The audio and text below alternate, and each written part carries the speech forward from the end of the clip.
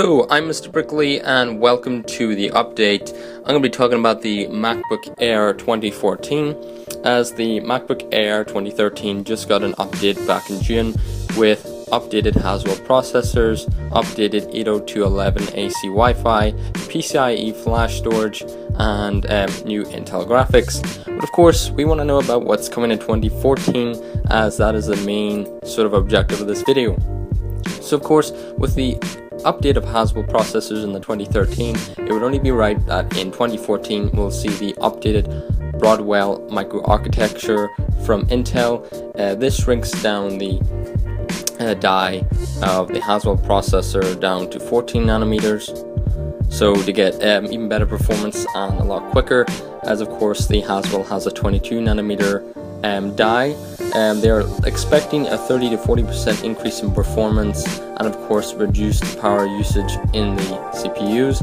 Broadwell U, which is used for Intel Ultrabook and NUC devices, will be used, as of course that is what the MacBook Air currently uses from Intel, is the U series of CPUs. When it comes to Wi-Fi, the Wi-Fi just got updated to AC, and that will slowly become the new standard for all Wi-Fi enabled devices. So I don't see the Wi-Fi getting a change or a bump up anytime soon, as such a development is still being worked on. So I see next year having AC Wi-Fi the same, maybe slightly stronger, slightly wider radius of connections, but apart from that it will stay AC Wi-Fi. For the PCIe flash, I don't see that changing, probably getting a little bit quicker. Of course, it's a year on, the technology gets a little bit faster, but when it comes to flash storage, it will probably stay the same as it currently is now. As for the devices themselves, the low end on the 1311 inch is 128 gigabytes a second, 128 gigabytes flash storage, with a high end getting 256 gigabytes flash storage. I don't see that getting a bump up because Apple just introduced 128 gigabytes flash storage as default about a year ago, so probably stay the same.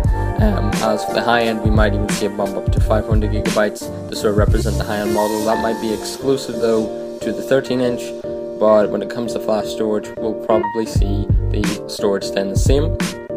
Right now, all the MacBook Airs come standard with 4 gigabytes of memory, with the option upgrade to higher memory on the MacBook Airs if you so wish, but I probably would expect the high-end models on the 11 and the 13 inch to come standard with 8 gigabytes, as of course many other cheaper laptops from its competitors are coming standard with 6 to 8 gigabytes of flash storage, or flash memory for the RAM.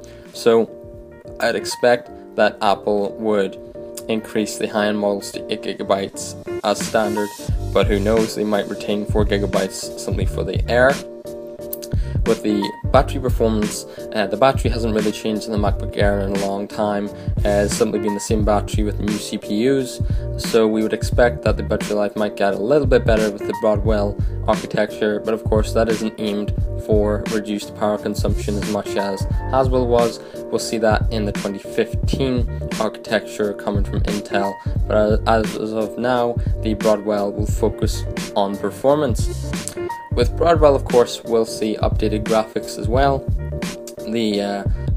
With the Haswell, we still saw 4000 graphics as well, but of course the MacBook Air got Intel 5000 graphics, so with Broadwell we'll probably see the equivalent 6000 series graphics in the MacBook Air, with updated second gen sort of Iris Pro graphics on other models as well, along with the removal of 4000 graphics from Intel, but of course that doesn't affect the MacBook Air directly.